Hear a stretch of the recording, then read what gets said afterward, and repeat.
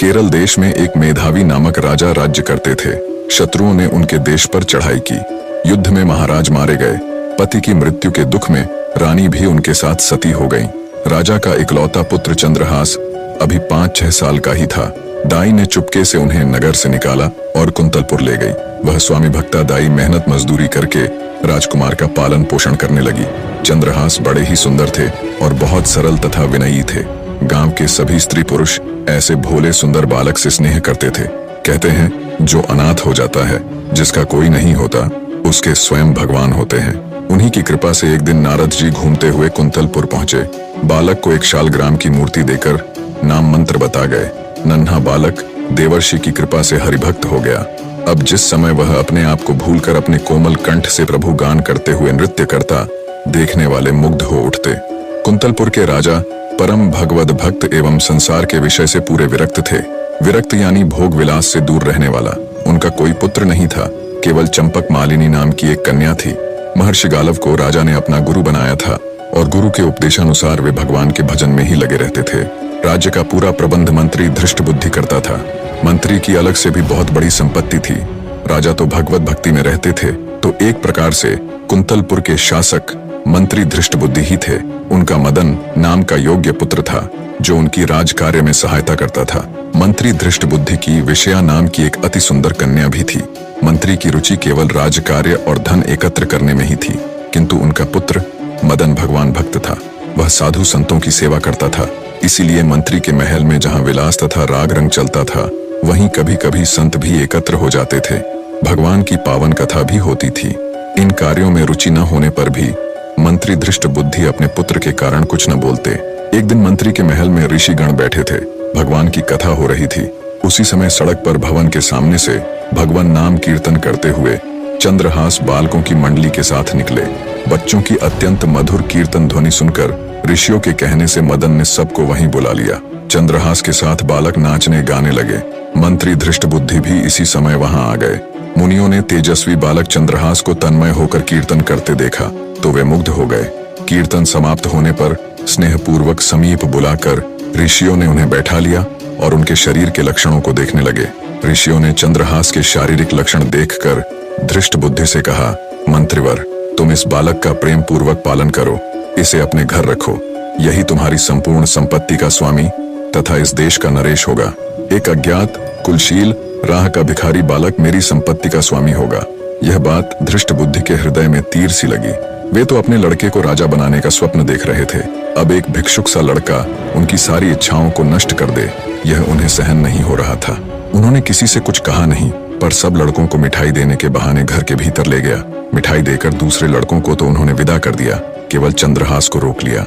एक विश्वासी वधिक को बुलाकर उसे चुपचाप समझाकर पुरस्कार का भारी लोभ देकर उसके साथ चंद्रहास को भेज दिया। चंद्रहास ने जब देखा कि मुझे यह सुनसान जंगल में रात के समय लाया है, तब इसका उद्देश्य समझकर कहा, भाई तुम मुझे भगवान की पूजा कर लेने दो, तब मारना। वधिक ने अनुमति दे दी। चंद्रहास ने शालग्राम जी की मूर्ति निकालकर उनकी पूजा की और उनके सम्मुख गदगद कंठ से स्तुति करने लगा। भोले बालक का सुंदर रूप, मधुर स्वर तथा भगवान की भक्ति देखकर वधिक की आंखों में भी आंसू आ गए। उसके हृदय में एक निरपराध बालक को मारने की बात सोचकर एक टीस उठी, परंतु उसे मंत्री का भय भी था। उसने देखा कि चंद्रहास के एक पैर में 6 अंगुलियां हैं। वधिक ने तलवार से जो एक अंगुली अधिक थी उसे काट लिया और बालक को वहीं छोड़कर वह लौट गया। वधिक ने महल जाकर जब धृष्ट बुद्धि को वह अंगुली दिखाई तो वह अंगुली देखकर बहुत प्रसन्न हुए। उन्हें लगा कि अपने बुद्धि कौशल से ऋषियों की अमोघ वाणी मैंने झूठी कर दी। कुंतलपुर राज्य के अधीन एक छोटी सी रियासत थी, चंदनपुर। वहां के नरेश कुलिंदक किसी कार्य से बड़े सवेरे वन की ओर से घोड़े पर चढ़े जा रहे थे। तभी एकाएक उनके कानों में बड़ी मधुर भगवान नाम कीर्तन की ध्वनि पड़ी। कटी अंगुली की पीड़ा से भूमि में पड़े पड़े चंद्रहास करुण कीर्तन कर रहे थे। राजा ने कुछ दूर से बड़े आश्चर्य से देखा कि एक छोटा देवकुमार जैसा बालक भूमि पर पड़ा है।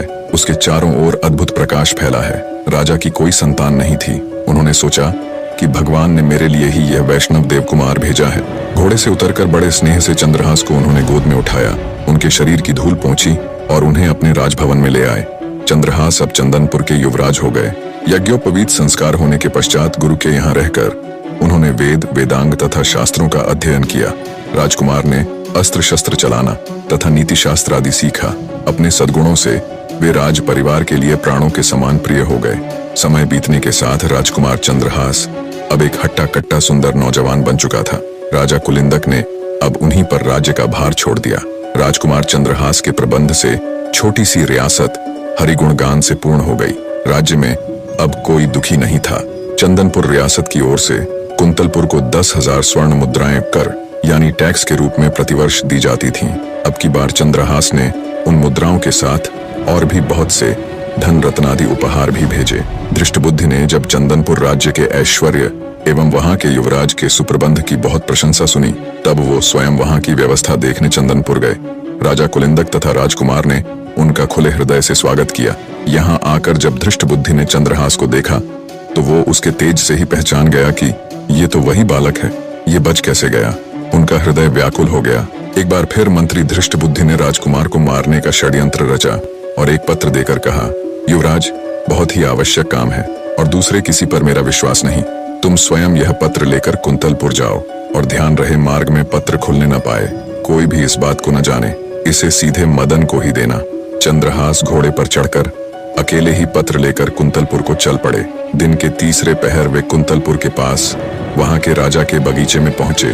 बहुत प्यासे और थके थे, अतः घोड़े को पानी पिलाकर एक ओर बांध दिया और स्वयं सरोवर में जल पीकर एक वृक्ष की शीतल छाया में लेट गए। लेटते ही उन्हें निद्रा आ गई। उसी समय उस बगीचे में राजकुमारी चंपक मालिनी अपनी सखियों तथा मंत्री कन्या विषया के साथ घूमने आई थी। संयोगवश अकेली विषया उधर चली आई जहां चंद्रहास सोए थे। इस परम सुंदर युवक को देखकर वह मुग्ध हो गई और ध्यान से उसे देखने लगी। उसे निद्रित कुमार के हाथ में एक पत्र दिख पड़ा। कुतूहलवश उसने धीरे से पत्र खींच लिया और पढ़ने लगी। पत्र उसके पिता का था। उसमें मंत्री ने अपने पुत्र को लिखा था, इस राजकुमार को पहुंचते ही विष दे देना। इसके कुल, शूरता, विद्या आदि का कुछ भी विचार न करके मेरे आदेश का तुरंत पालन करना। मंत्री की कन्या को एक बार पत्र पढ़कर बड़ा दुख हुआ। उसकी समझ में ही न आया कि पिताजी ऐसे सुंदर देवकुमार को क्यों विष देना चाहते हैं। सहसा उसे लगा कि पिताजी इससे मेरा विवाह करना चाहते हैं। वे मेरा नाम लिखते समय भूल से या अक्षर छोड़ गए। उसने भगवान के प्रति कृतज्ञता प्रकट की कि पत्र मेरे हाथ लगा, कहीं दूसरे को मिलता तो कितना अनर्थ होता। अपने नेत्र के काजल से उसने पत्र में विष के आगे उससे सटाकर या लिख दिया, जिससे विषया दे देना पढ़ा जाने लगा। पत्र को बंद करके निद्रित राजकुमार के हाथ में ज्यों का त्यों रखकर वह शीघ्रता से चली गई। चंद्रहास की जब निद्रा खुली तब वे शीघ्रता पूर्वक मंत्री के घर गए। मंत्री के पुत्र मदन ने पत्र देखा और ब्राह्मणों को बुलाकर उसी दिन गोधूली मुहूर्त में चंद्रहास से उन्होंने अपनी बहन का विवाह कर दिया। विवाह के समय कुंतलपुर नरेश स्वयं भी पधारे। चंद्रहास को देखकर उन्हें लगा कि मेरी कन्या के लिए भी यही योग्य वर है। उन्होंने चंदनपुर के इस युवराज की विद्या, बुद्धि, शूरता आदि की प्रशंसा बहुत सुन रखी थी। अब राजपुत्री का विवाह भी चंद्रहास से करने का उन्होंने निश्चय कर लिया। धृष्टबुद्धि 3 दिन बाद लौटे। वहां की स्थिति देखकर वे क्रोध के मारे पागल हो गए। उन्होंने सोचा, भले मेरी कन्या विधवा हो जाए, पर इस शत्रु का वध मैं अवश्य करा के रहूंगा। द्वेष से अंधे हुए हृदय की यही स्थिति होती है। अपने हृदय की बात मंत्री ने किसी से नहीं कही। नगर से बाहर पर्वत पर एक देवी का मंदिर था। धृष्टबुद्धि ने एक क्रूर वधिक को वहां यह समझाकर भेज दिया कि जो कोई देवी की पूजा करने आए उसे तुम मार डालना। मंत्री ने चंद्रहास को कहा कि अब तुम मेरे दामाद हो गए हो। हमारी कुल प्रथा के अनुसार शादी के बाद भवानी जी की पूजा की जाती है। मंत्री ने चंद्रहास को सायंकाल बिल्कुल अकेले जाकर देवी की पूजा करने का आदेश दिया। इधर कुंतलपुर नरेश के मन में वैराग्य हुआ। वो जल्द से जल्द अपनी पुत्री का विवाह चंद्रहास के साथ कराना चाहते थे। राजा ने मंत्री पुत्र मदन को बुलाकर कहा, बेटा, तुम्हारे बहनोई चंद्रहास बड़े सुयोग्य हैं। उन्हें भगवान ने ही यहाँ भेजा है। मैं आज ही उनके साथ राजकुमारी चंपक मालिनी का ब्याह कर देना चाहता हूँ। प्रातःकाल उन्हें सिंहासन पर बैठाकर मैं तपस्या करने वन चला जाऊंगा। तुम उन्हें तुरंत मेरे पास भेज दो। इधर राजकुमार चंद्रहास पूजा की सामग्री लिए मंदिर की ओर जा रहे थे। तभी मंत्री पुत्र मदन राजा का संदेश लिए बड़ी उमंग से उन्हें मार्ग में मिले। मदन ने पूजा का पात्र यह कहकर स्वयं ले लिया कि मैं देवी की पूजा कराता हूँ।